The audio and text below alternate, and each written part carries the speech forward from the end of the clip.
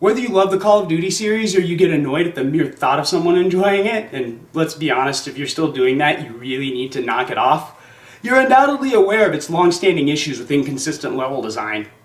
With Ghost, the newest installment in the series, that discrepancy between good and bad is especially insane, so I figured getting 4 whole good levels out of Onslaught, the new expansion, would be about as possible as, say, walking into a Kmart and getting out without an infectious skin disease. As it turns out, though, I was wrong. To quote the late great Nelson Mandela, Onslaught flips the motherfucking script. Even crazier in my opinion is the fact that the design philosophy is largely responsible for that quality. Everything flows well and for the most part really displays a skilled eye for balance on behalf of the designers. Unlike a lot of the previously mentioned stock maps, nothing here really incentivizes players to run the same boring circuits or camp or continually rush to the same advantageous spots every time a new match begins. All of these still happen pretty frequently, of course, you can't really take the dumb out of the Call of Duty player, but there's more often than not a smart solution built right into the architecture if you'd like to play a different way. Please note that I'm talking specifically about the maps here. The quote-unquote 2 guns introduced in the DLC, a sniper rifle and corresponding assault rifle, are largely identical, save those small changes necessary to make them appropriate for their respective weapon classes. Even better, some marketing genius decided to pass this lazy-ass move off as a feature. Yes, and that exhaust leak in my car is a scrambled egg scented air freshener too, dumbass. But whatever, the maps easily make up for whatever flaws the gun or guns may have. Here's a look at each environment included in the DLC. This one here is called Ignition, but you might know it better as Scrapyard if you played much Modern Warfare 2 back in the day. If you played Modern Warfare 2 and you don't remember Scrapyard, otherwise known as the map guaranteed to win the lobby vote every time it appeared as an option, you are either the shittiest, least attentive teammate in the world or you currently have a tumor the size of a baseball protruding from your forehead. Either way, the new version stays faithful to its predecessor while adding several of its own individual touches. I'm quite fond of this gigantic goddamn clock, for instance, because I can tell obnoxious teammates things like, "Oh hey, it looks like your mom left her wristwatch over there." Next up is Containment, an urban map set in Mexico.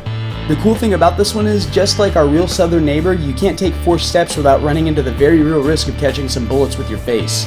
If you're an improvised explosive device checking cheap ass like me, be sure to litter this church with them. My Mad Bomber adventures there squeeze tears from puppies like juice from so many bitchy homophobic oranges. You can also rest assured one camping asshole will be behind this truck at all times. I see a lot of people trying to rush it over and over. Those are generally the ones who have a kill-death ratio that looks like they have Parkinson's disease and they always play with boxing gloves on. In other words, don't do it. And then there's Bayview. This one's a version of California where nobody bitches about traffic or looks for ways to casually mention that they don't own a television. That almost makes the whole constant tangible threat of death thing worth it. Hell, it'd probably make it worth it if it was real life. If you carry any IEDs, this choo-choo here is like catnip for whiners. Just toss one in the middle anytime you see the dumbass thing roll by, and the douche hiding in there will invariably yell at you for having the gall to use a weapon the developers put in the game against him. Remember, when battling one of the millions of crybabies in the world of Call of Duty Ghosts, the only fair tactic is the one said crybaby is using. Then finally we have Fog. Well, it doesn't explicitly say this anywhere, I'm gonna go ahead and assume that it's set in Snoop Dogg's backyard. This one is my absolute favorite of the bunch. The design is awesome with one main cabin and a labyrinth-like maze of rocks and giant thorny vines. And get this, the level-specific care package turns you into none other than Michael motherfucking Myers, the most effective murderer of white people since OxyContin. You should also know about this house. In short, coming within 10 feet of the fucking death trap is as dangerous to your health as living in Gary, Indiana, smoking 4 packs of unfiltered Pall Malls a day, and being a Kennedy, all combined into one. Proceed with caution, or better yet, stay the hell away from it altogether. You should be littering the trails out front with IEDs after all. Puppy tears aren't free. So, there you have it. 4 great maps, 1 shitty gun, and a chance to get behind the mask of a true American hero, even if you don't get to stab Jamie Lee Curtis.